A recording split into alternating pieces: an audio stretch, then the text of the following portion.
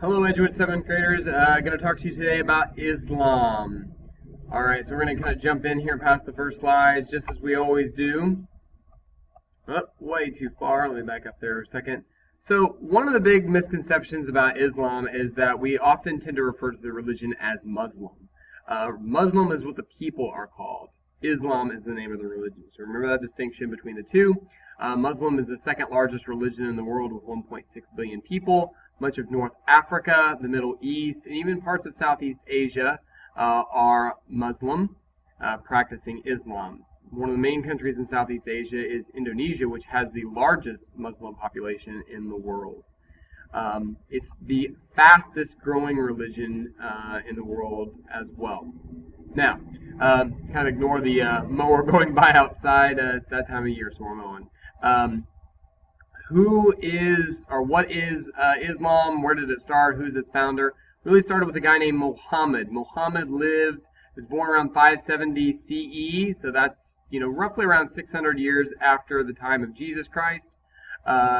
He received a revelation from God through an angel named Gabriel. Now, interesting parallel in the story. If you know the story of the Christmas story, when Mary is going to give birth to Jesus, she is visited by an angel. Guess the name of the angel. It is Gabriel. So same one parallel between the two religions.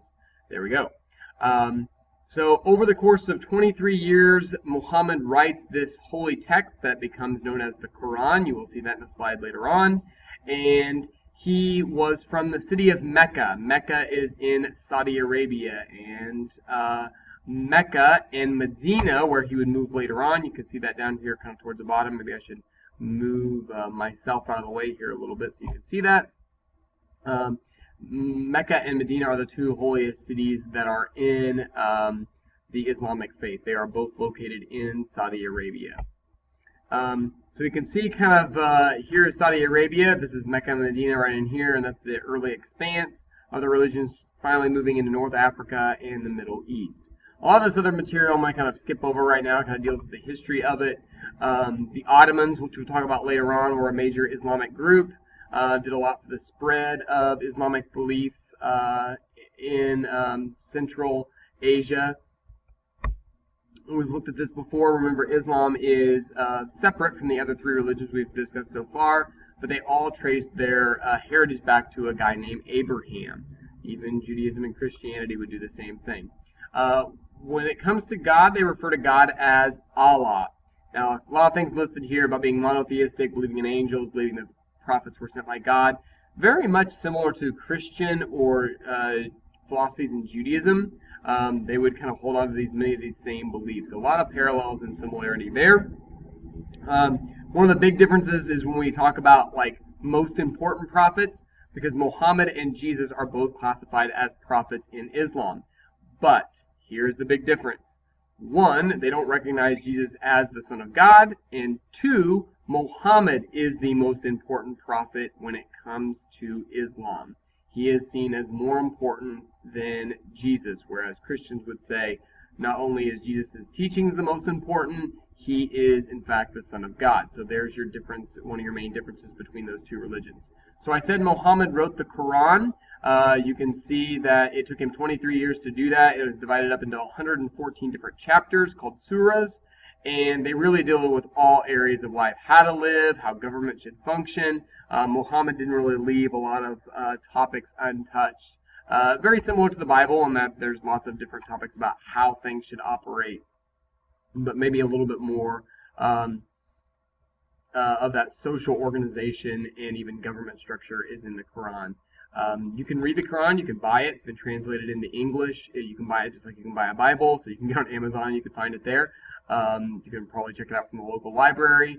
Not nearly as long, if I remember correctly, as the Bible, but still a fairly lengthy passage.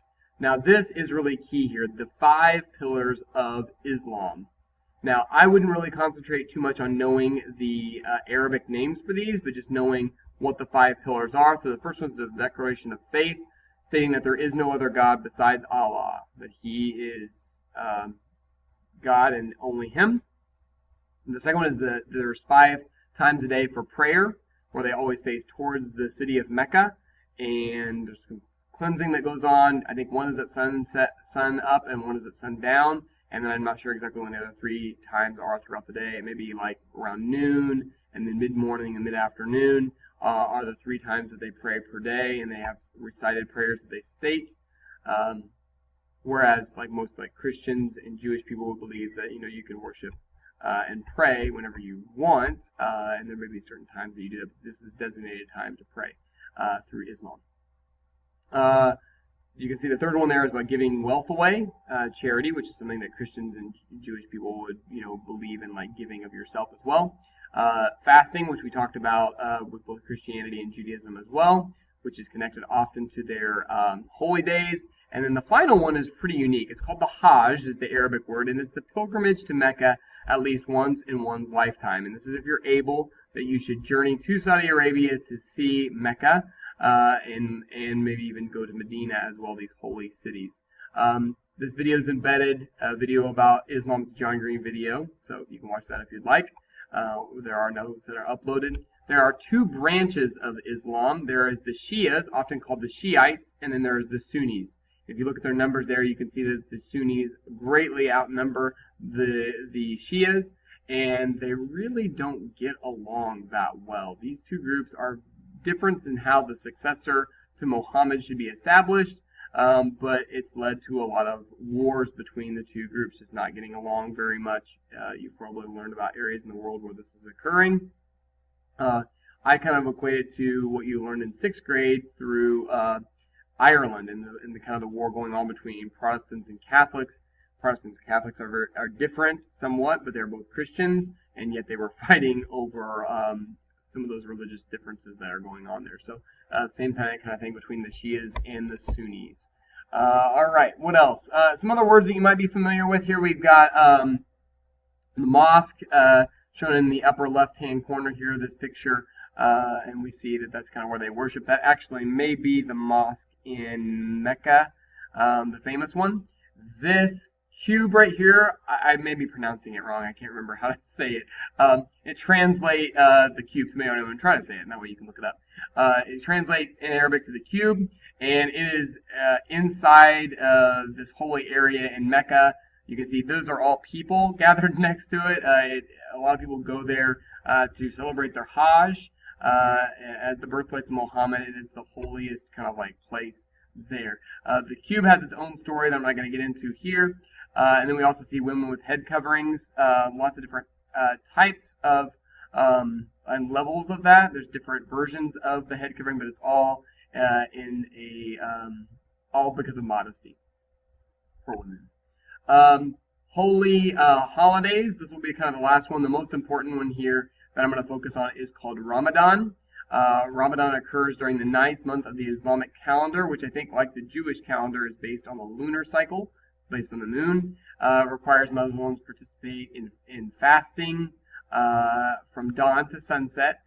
There's prayer that's involved. It is a very holy time during this year for the Islamic people. So I'd encourage you to read more into that. So try to keep this video a little bit shorter than maybe I've made the other ones, but you can see some parallels, hopefully, with Christianity and Judaism. Even people like Moses, Abraham, Adam, considered to be kind of the first human, definitely in Judaism and Christianity, is also mentioned and considered to be, I believe, a prophet in Islam as well. So there's lots of parallels here between those religions.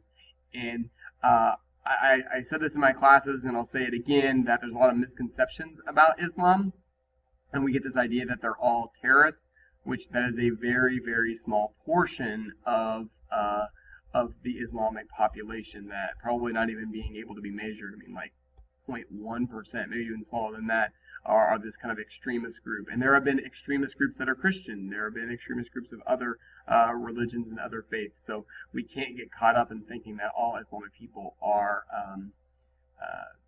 terrorists of any kind.